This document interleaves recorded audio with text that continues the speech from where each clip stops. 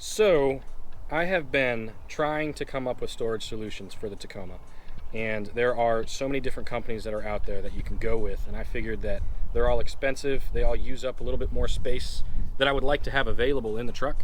So, $100 in an afternoon with a good friend, and we have something that we can install in less than a minute.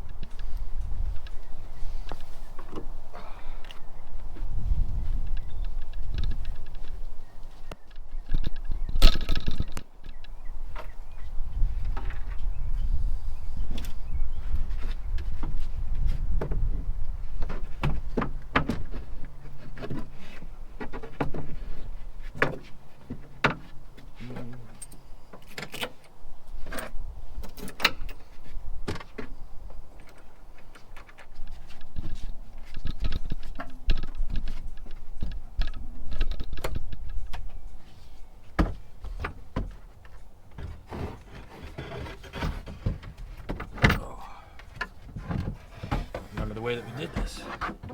Yeah. I guess that works.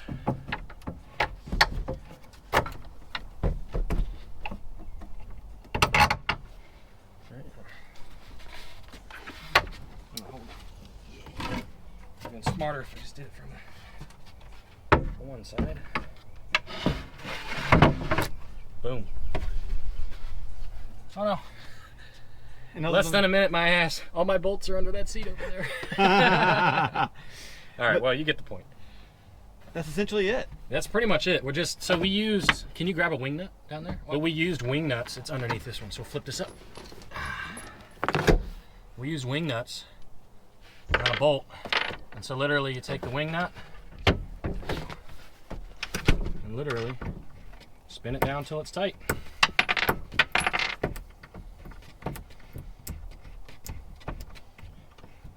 We do that on 4 corners.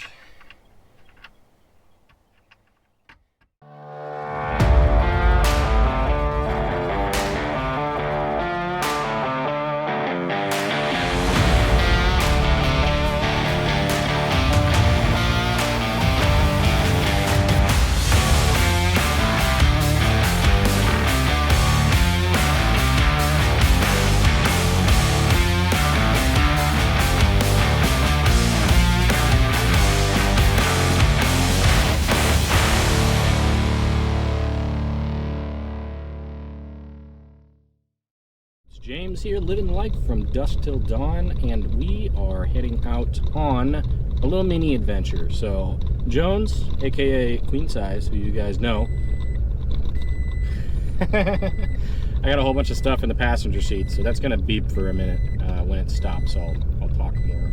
I didn't think a pillow and a small backpack full of frisbee discs or frisbee golf discs would set that off, but apparently it does. Anyways, so we're heading up to go hang out with Queen Size for about a day, because I had a big idea. So for those of you that don't know, I'm setting up for the Georgia Traverse. Sasha is ready to go at all times, but during Overland South a couple weekends ago, I was getting pretty frustrated with the storage inside of Sasha. Specifically, all of my charging station stuff was just getting thrown all over the place when we were on the course and unplugging itself, and it's just a pain. So I decided to build that. I know you guys can't see it very well, if at all, from where you are, but basically I built a board that I have everything that I charge mounted to at the moment. Now that was a rough draft design, more of just a proof of concept, and I just used a regular plywood sheet to build that. It took me a few hours. It's not complete, and it's not very well supported, as you can in the center. As you can see, it's bouncing a little bit, so I'm curious to see if that plywood's going to hold up on this drive. I really hope it does. But anyways, from that design, I've learned a couple of things that I like and a couple of things that I hate, and I'm heading up to meet up with Queen Size, and he and I are going to build a more permanent version. So I've got a little bit of wood in the back, and then he's got a pretty awesome plywood board, one of those like finished ones, the really nice looking ones, not the ones that just look like siding on a house. But yeah, so we're gonna use that board and we're gonna make a more finished product, and hopefully it will come out really good. And along with that, we're probably gonna do a platform on the floor and then I want to set up basically some partitions to be able to have separated storage in the back. And then I would like to measure it out. We're not going to be able to do it today because I don't have the tracks, but I want to build a slide out basically so that in the future I can mount a refrigerator to it. For now, it'll just hold my cooler. Let's do it. I got like a 3-hour drive, and I'm really excited. I've already taken a couple of hard turns, and not having a sway bar, the body rolls a little bit more than a stock Tacoma will. And honestly, it's doing fantastic back there. So I am super hopeful for the final project, or the final version of this setup. I think it's going to be epic. It's also going to be a lot cheaper than going to some aftermarket companies like Goose Gear and whatnot that make great things, and they look fantastic, and they're made out of like UHMW, so they're quiet and everything slides really well. But if you don't have a lot of money and you still want a storage solution, you can do it yourself for a lot cheaper, and it may not look as good, but it will be perfectly functional. So that's what I'm going for, and I'm excited to see what the final product's going to look like. So come along in this journey, my dudes. Jones says I carry too much shit. You carry too much shit. Gotta come to me.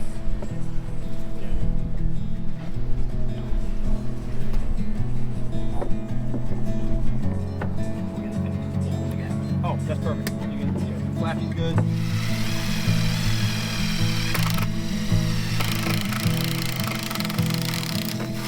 Nice. This is Jones. I'm here with the kid. We're doing Toyota Tundra stuff because he doesn't have a Jeep. That's right. But right now we're fitting his new parcel shelf. Do we call it a parcel shelf? Yeah. Yeah. And I guess all things must be tested. That's right. There is no give. That is sturdy. It's shaking the whole truck. That's gonna be perfect for a fridge. That's gonna be perfect for a fridge. It's gonna be great. Yes. Hell yeah. And no rattles. Nothing.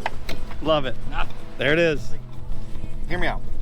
So if we build a wall, and the wall, we know the seat can't go back so far. The furthest back the seat would ever be, it contacts the wall. Right. Right? Yep. Instead of doing up bars, now we can put a molly panel on this side. We build you a little nook box. Yep. For whatever you want, recovery gear, etc. Yep. Instead of having the down bars like we were talking about, It's just the wall that's it's holding just a it up. wall. Yep. That gives you plenty of room, and 16 inches come to the edge of my Jeep key. So And that's the width of the fridge already. That's the width of a fridge. Okay. So now we know that the fridge can fit in here on a slider and still breathe, and you got access to the back. Okay. All right, kiddo. I got little Eddie here. Yeah. He's plugged into your anchor, And we're gonna see if we can get and we're the gonna see charge. if the dirty energy from the truck. Yep. We know it runs on my Jeep. We'll do it. Right. If that works, that's a system. Yep. Start the truck. All right. What in the world are you doing, man? Well, the front seat's full, so. Oh God. Nailed it. You're so dumb. Nailed it. Here we go.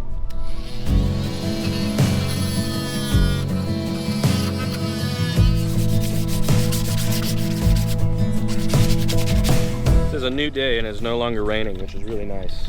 We ended there.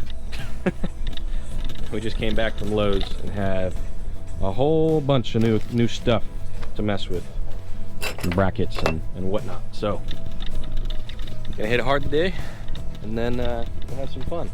Let's do it.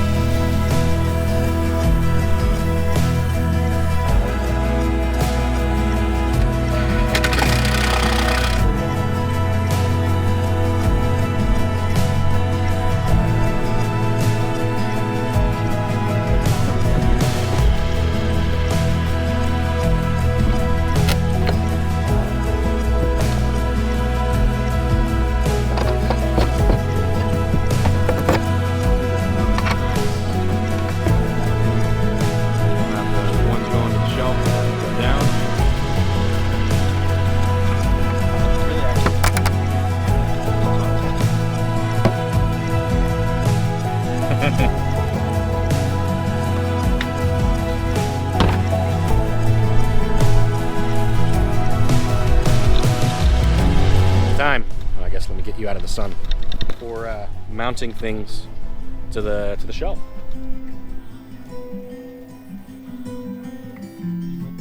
Yeah, it takes a second.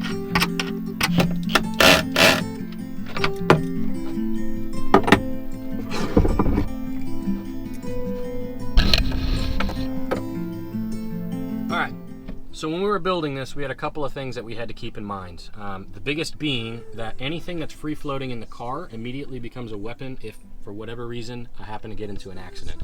So when we were building the structure, it needs to be hard mounted in a way that nothing can come loose if I happen to get into an accident or roll over or something like that. So the nice thing about Tacomas is that the backrest actually has hard mounted brackets that connect directly to the body of the truck. So we're able to use the stainless steel hardware, a really thick bolt, in order to run to that bracket so that any motion that happens if we were to get into an accident is going to be entirely focused on those brackets themselves, and this entire structure is going to be solid. The other thing is that we used grade 8 hardware for the rest of the mounting brackets and the rest of the system, so we know that that is going to be plenty strong and honestly can probably withstand any amount of stress that this truck can throw at it.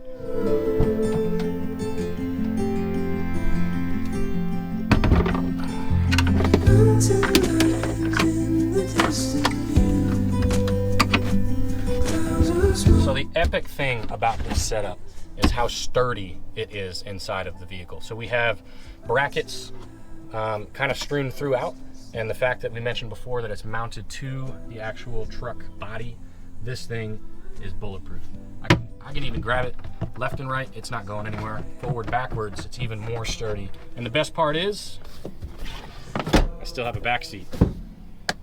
So one of the biggest issues that I was having, I mentioned it on the drive up here, was being able to access my electronics while we're driving, and also being able to charge them while we're driving. So when we were at Overland South, rolling all over the obstacles and I had things on the charger, it was getting thrown all over the truck. But now that I have this awesome setup, I can literally take all of my charging stations.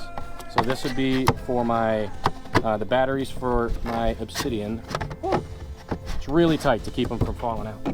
And then my GoPro batteries are going to go right here, and there's a slot in the back that we can plug those boxes into. And the nice thing about having them right here,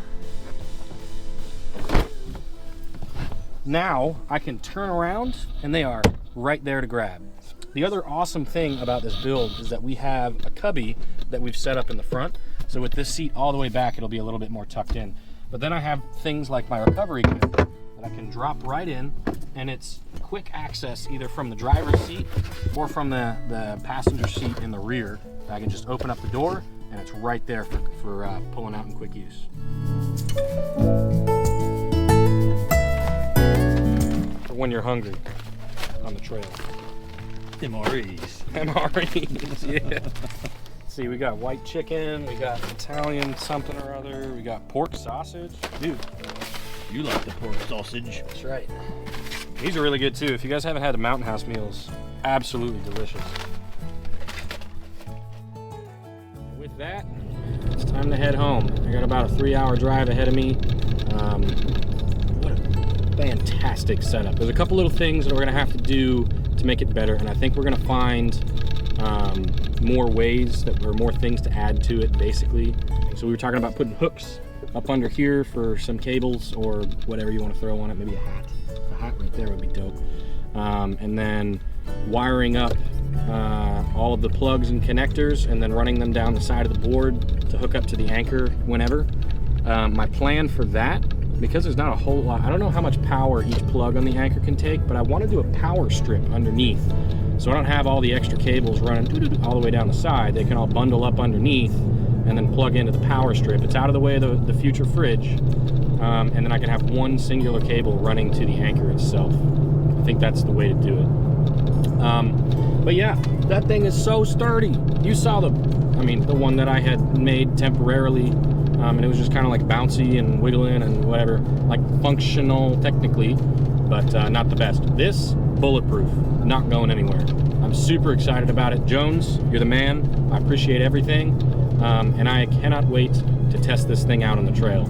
So if you guys enjoyed this type of content, I like doing the DIY stuff rather than spending the money on an expensive kit. You know, doing it yourself, you get a little bit more connected to your vehicle and your equipment. Also, if you're making it, you understand how it is entirely put together, so it's a lot easier to take back apart. Because like, if I were to buy, say, the goose gear and I put it together the first time, I'm following the instructions and like I'd be able to do it, but taking it back apart, I won't remember all the little spots and things. But that, I mean, we built it from scratch. It's kind of hard not to remember it.